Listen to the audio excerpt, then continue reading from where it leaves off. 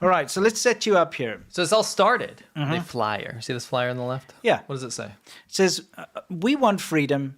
We want food on our tables. We want to breathe. We want art. We want democracy. We want love. Stand with Chinese people. Pretty innocuous, would you say? It's a nice message. Would you say that is an inflammatory message? No. Would you say there's any reason for anyone's life to be threatened based on this message? No, of course not. This happened at the Berkeley College of Music. Again, not Berkeley in is that California? I think so. Yeah. And at Berkeley's got another Chinese student who just tried to poison people, but that's different. It's a different story. But Berkeley College of Music is in the Massachusetts area. So I just wanted people in the chat were like, oh, of course, it happened in Berkeley, but they spelled the other one. Yeah. This is in Massachusetts. Okay. Yeah, it's like Berkeley. Yes. Like imagine Burke and Lee. Yeah, Burke the artist, but that was with a U though. That's not confusing. He got married and changed his name to Lee, so Berkeley. Started a college of music. Anyway, exactly. Long story short, this happened in 2022. Presumably, I think a woman posted this flyer, and it was in support of Chinese democracy. So it was a student. Yes. She put this flyer up, okay? Yeah. So a male Chinese student. She was Chinese. Yeah, she's a Chinese student, right? Obviously, she has family back in China, and she just, this was all during those paper rights and so on. This guy comes along. His name is Xiaolei Wu. Xiaolei Wu. Okay. And like a typical Wu Mao, the kind of people we deal with every day, he decides that he's not going to have this, okay? Yes. He's going to control and censor the speech of another person because they're saying something that he doesn't like or that goes against China. Yes. So he starts to threaten her.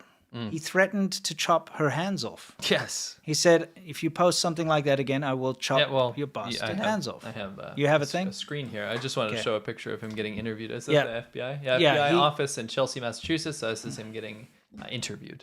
Not for a job, I presume. No. Because an interview sounds like it might be for a job. This case is very important and it sets a precedent. We covered this when it happened because he was arrested. So I got to tell you why he was arrested. You know why he was arrested? Manspreading. Do you see that? It's egregious. Sure. Yeah. Oh, well. Anyway, so here's the Department of Justice. There's two articles. There was one back in January, which says Berkeley College of Music student convicted of stalking, right? Threatening individual, promoting democracy in China. And that's where, everyone got information about having that flyer and like what happened and everything, but we didn't know what was going to happen. So the second article comes out yesterday. Yeah, the day before yesterday. Sorry. Yeah, but why was he arrested? It's coming. I want to just. I have a way to set this up. This is the backwards way. It's like he was arrested. Why? Trust me on this. Okay, I'll trust you on this.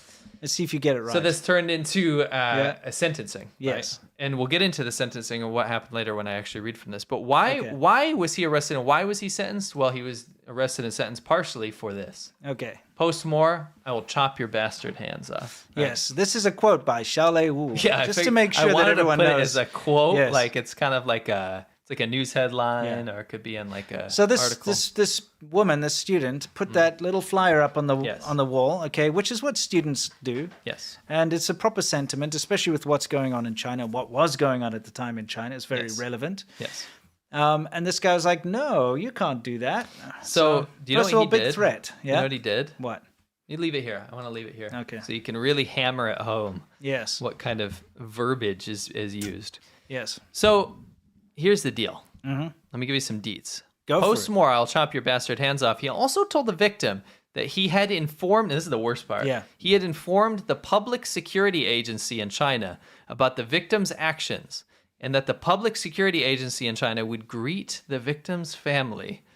Additionally, Wu solicited others to find out where the victim was living and publicly posted the victim's email address in hopes that others would abuse the victim online. Yeah.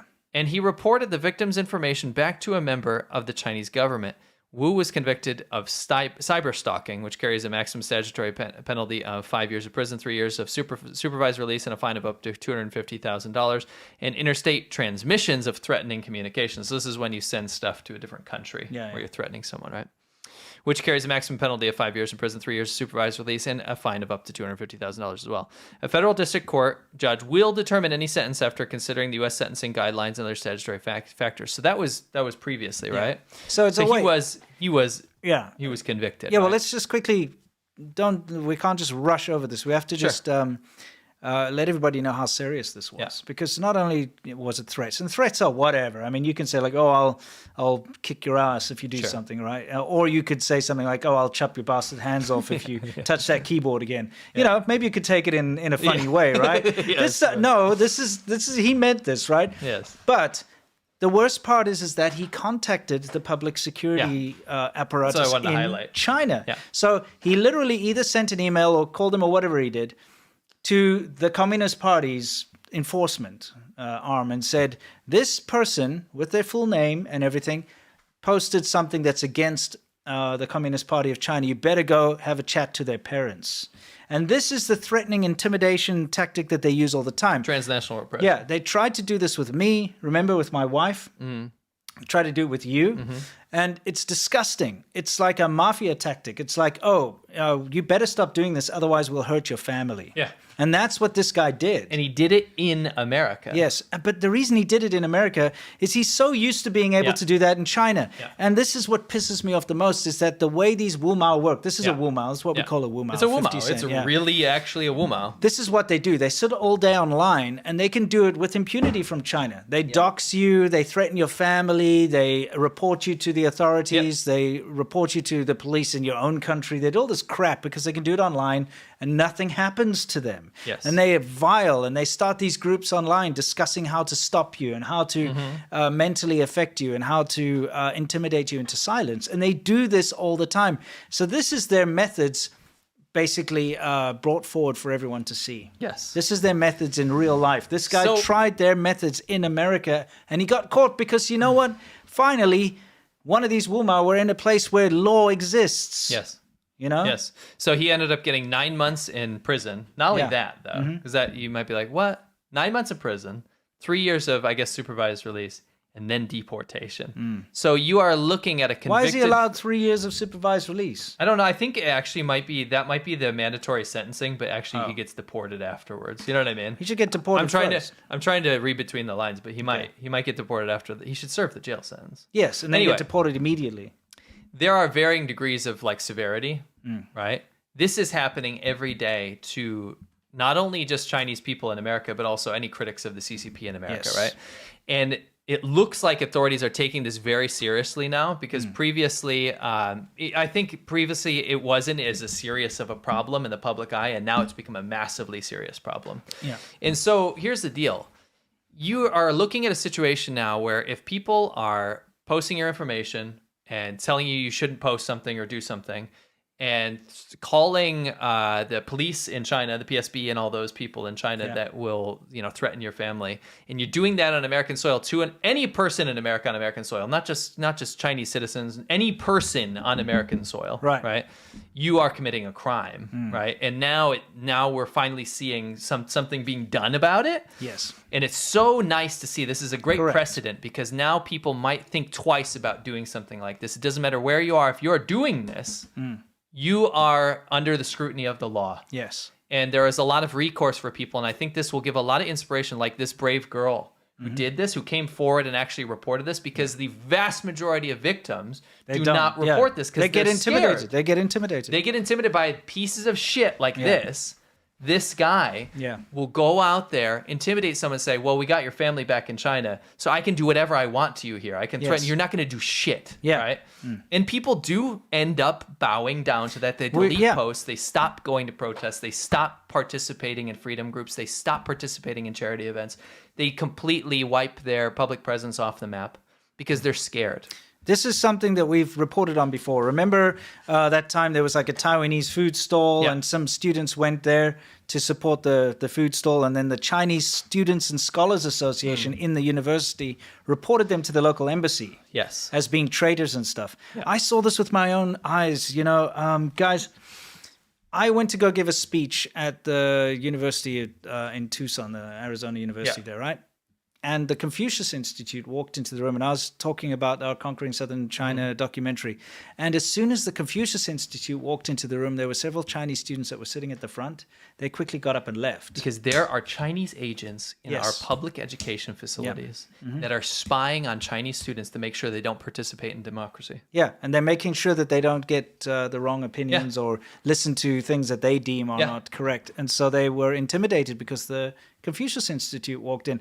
Luckily, the Confucius Institute's been shut down, but then they just take the same people in the same office and rename it like the Chinese Language Institute or something. Or like Culture of Fun. Yeah, exactly. The Chinese Students and Scholars Association Chinese, or whatever. like crafts and music and food. It's exactly. Meanwhile, it's just an intimidation, arm of the CCP there to keep an eye on the students.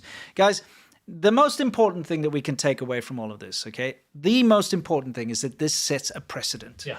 Now, if you are a scumbag Wu Mao that's studying in the USA or in the UK or something, obviously this is more pertaining to the USA. But if you're a scumbag Wu Mao who's sitting there reporting on your fellow students, who's going around trying to enact as if you're some kind of enforcement for the CCP. Or you're a CCP agent, you're acting like one. And that's encouraged, by the way. If you're that scumbag, now you're going to have to think twice. Yeah. And if you're a victim of this, now is your time to realize that there is recourse. If you are being intimidated, if you do have other fellow Chinese students or the Chinese Students and Scholars Association of your university or the Chinese embassy or anything like that, coercing you into not doing things or coercing you into doing certain things. Particularly if you are from China. Yes. The vast majority of victims are Chinese. Exactly. You now have recourse. Okay? You now can go to the FBI. You're not like the only dude or chick out there that's going to be doing this. There are other people that have reported this. This is a success story, right? So we would like, as a public service announcement here, to tell anyone who's being harassed by these Chinese ultranationalists that you find in all of the universities and all of the educational facilities abroad in the entire world. Or anyone. Yeah. Anyone. If you're being harassed by a foreign government. Yes. Yeah. You can contact the FBI, okay? This is how you report. You can report online at tips.fbi.gov, or you can call 1-800-CALL-FBI, which is 1-800-225-5324. It sounds like a freaking pizza delivery. I never understood how those work because the letters are on the numbers. I know, but like back when I was young, we didn't have those kinds of phones. Oh, no way. Rotary or different kinds. My rotary phone had the letters on it. No, I think that's an American thing. Oh, interesting. We didn't have very that. handy. I suppose, yeah. Anyway, this is called transnational. Sorry, back. Yeah, so one more time. This is called transnational repression. Yeah. It says when foreign governments stalk, intimidate, and assault people in the United States, it's considered transnational repression. You can get help to stop it. And I think a lot of Chinese people think or thought that, I'm not an American citizen, so that can't pertain to me. Yeah, I'm not an American citizen. That's not true. But I can call them up. You can. Here's the thing. One more time. 1-800-225-5324. Write that number down. If you think you're a victim. Yes, absolutely. Next slide, please. There's more important stuff here. Right. Well, no, I mean, get a freaking T-shirt, mate. I will wear a T-shirt. Like, I will call 1-800-225-5324 if you try and intimidate me into not putting up a poster. Yes. You know what I mean? Especially such a sweet, nice, innocuous poster that was supporting Chinese people from a Chinese person. Exactly. Yes. I'm actually going to make a T-shirt that says, F Wu Mao, call this number. If they're attacking I don't think people should, if they're attacking you. You shouldn't be like, hey, what's up? Sure. Anyway, can we move on to the next slide? Because I'm not done with the story. Just remember, guys, there's a reason I'm celebrating this, is because it's the first time I've seen real action taken against these cowards. Against this type these of cowards. thing, These disgusting, despicable cowards, because it's so easy to anonymously report someone to the Chinese government. Whoa! Look, this has affected me personally a lot, okay? It's affected you personally a lot. It's affected my family. And when I see that these guys get away with it, being anonymous, sitting there and reporting you to everything that they can and attacking your family and stuff, it makes me mad, okay? So to see this is a great step forward. Yeah, for sure. Now people have recourse. No, I think that's great. It's like a toolkit people have to get away from this stuff. And by the way, this doesn't just pertain to Chinese government spies and government employees and stuff. There's foreigners that do work, and I say foreigners. There are Americans and Canadians and British that people do it too. that do this to Chinese nationals in America as well. Yeah, and to pro democracy in China, activists, people like us. Yeah. That stuff is the same. Mimi. She's saying Mimi was a cat. She's calling a cat. What's this? They're like, oh, look at the sunset. Yeah, she's like, sunset. That looks like a dog or something. Yeah, it's supposed to But look it's like like a his dog. wife. Oh, Two bosses had still our rhino horns, cushions.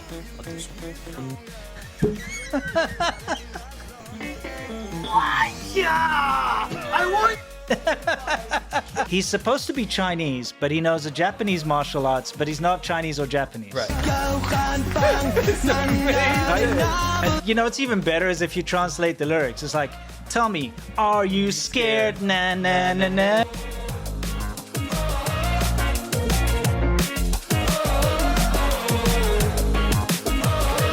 Close my eyes, I can almost see it. When I take a breath, you fill up my lungs.